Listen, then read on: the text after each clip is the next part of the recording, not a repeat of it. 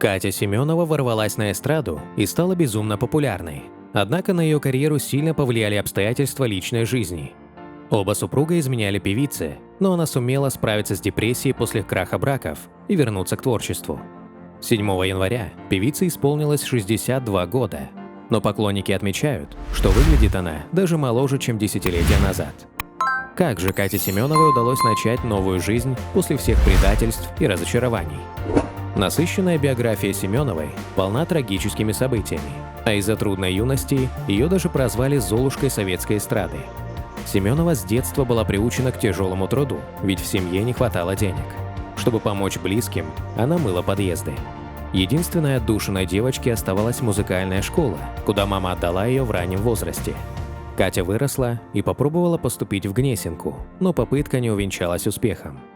Тогда вчерашняя школьница устроилась работать санитаркой на санэпидемстанцию. Там она подхватила туберкулез и 1,5 года потратила на лечение. После больничного Катя сменила работу, стала секретарем в ветеринарной клинике. По чистой случайности она увидела в газете объявление о конкурсе «Золотой камертон». Кассету с записью вокала девушка отправила по указанному адресу.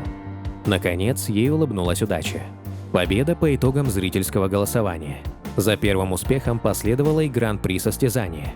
Семенова попала в удивительный и жестокий мир шоу-бизнеса. Сначала ее взяли в ансамбль «Девчата», затем в коллектив Юрия Антонова «Аэробус».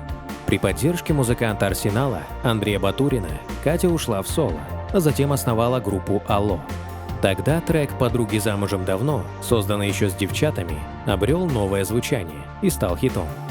В начале 90-х певица дебютировала в кино в картине «Хищники» и создала экспериментальный театр «Катя».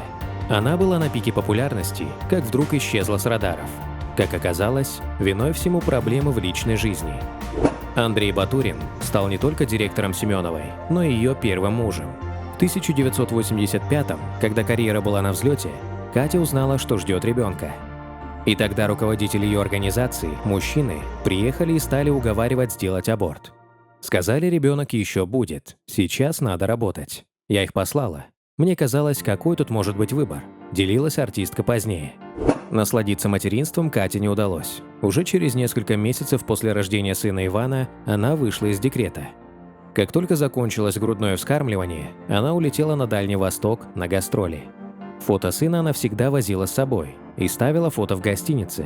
Бежала, пела, плясала, а потом приходила в номер, смотрела на него и плакала. Почти 9 лет Семенова провела с Батуриным, но с годами все больше осознавала, что они разные люди. Все решил случай. На съемках картины «Оплачено заранее» артистка познакомилась с Михаилом Царешенко. Поначалу они просто дружили, однако вскоре вокалистка уже не представляла жизни без юмориста. Кате пришлось бороться за свою свободу.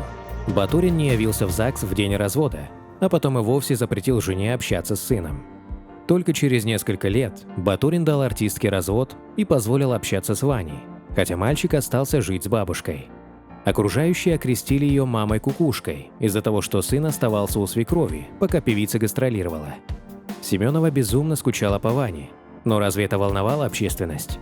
На фоне бесконечной травли артистка пыталась создать новую счастливую семью с Царешенко.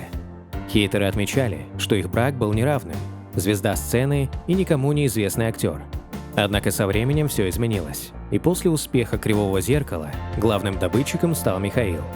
Катя же, наоборот, все реже выступала, превращаясь в домохозяйку, которая с нетерпением ждет супруга с гастролей. Правда, тогда она не знала, что гастролями муж зачастую называл вылазки к любовнице. На протяжении 25 лет брака поклонники не слышали от певицы ни единого дурного слова о втором супруге, поэтому известие об их разводе стало для многих шоком. Как минимум 2 года Царешенко изменял жене. Однажды его любовница позвонила Кате и рассказала все.